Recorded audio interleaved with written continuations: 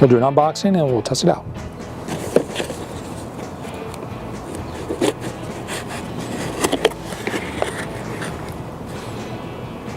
Oh, it looks good.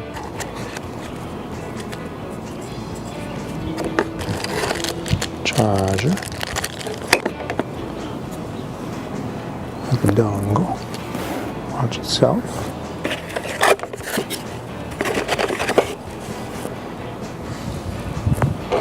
All right. There we go. Hey, what's going on YouTube? I'm back again with another video. This time it's on the Galaxy Watch I picked up on Amazon. It's a refurbished model, as you saw in the opening part, which was the open box of it. And I wanted to go over a little bit about the watch itself and why I like it. I haven't had it long enough to really come out with too many cons about it. So first off, let me explain. I had a Galaxy Fit 2 Pro. That is the smaller watch. Maybe you've seen it before on my other video, but I really liked it. The display was very sharp, but it was a little chunky and a little thin, and I wanted something that gives me a little bit more display. Prior to that, I have here a Galaxy Y Classic. This is a Wear OS. Beautiful watch, really, really pretty. A couple things about the Wear OS that I don't like. One is the battery life. Pretty big one. The battery life on them is not very good. I've had 2 or 3 different of them, and over the years I kind of gave up on them because the battery life it can't go 2 days. Just can't.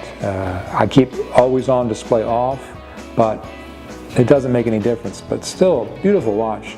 I don't think I'll ever sell it just because it's such a pretty watch. I wish I could use it. Maybe I'll throw it on for an evening. But other than that, maybe Wear OS will figure out how to fix their battery life issue. I don't know. But the battery life on the Galaxy Watch is fantastic. So for example, last night I decided to keep it on all night to run a sleep mode because I wanted to see, what it does. I threw it on what's called theater version. So when you open it up, you hit the little, it looks like a little screen on the watch, and then it just mutes all notifications and turns off any type of waked gesture. So that way in the middle of the night, you're moving your arm, it doesn't flip on like, oh my goodness, it's so bright, and wakes you up. Took it off the charger at 100%. I woke up this morning, turned off the theater mode, and I was at 98%. So it tracked my sleep for the 8 hours of sleep, and it only lost 2% of its battery life. I thought it would be some in the range of like 15 to 20% because I did leave my watch on the whole time. I know I wasn't receiving notifications, but I figured I would still get some type of battery loss. Basically no battery loss. So A+. It's like I'm going great with this battery stuff. I got a I have a Motorola Power G7, which is a fantastic battery, and then this is a fantastic battery.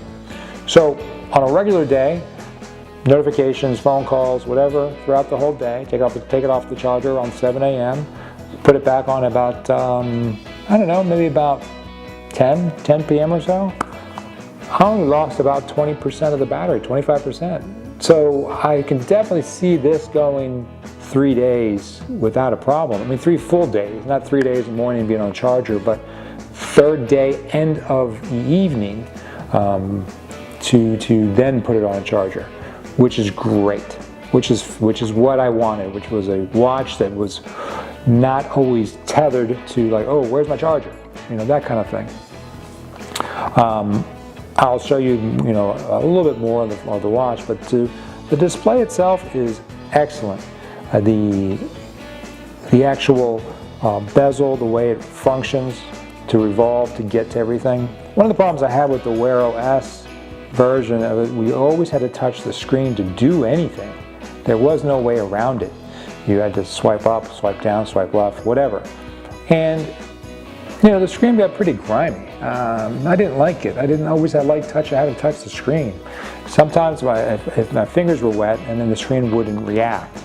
Other times it felt like the Wear OS would get kind of laggy. No issues with the Galaxy Watch. Runs runs very smooth. No hiccups, no issues with rebooting or anything. It just runs really, really well. I've heard and read and seen reviews about people saying that the Tizen OS has no apps. I don't know what kind of apps most people want, but to me the watch's function was for the time, to give me notifications, answer a phone call if I want to, which is great with the Galaxy Watch. I can answer the call here. I don't need to go get my phone. For example, I have the phone in a charger. It's at nighttime. I'm in bed.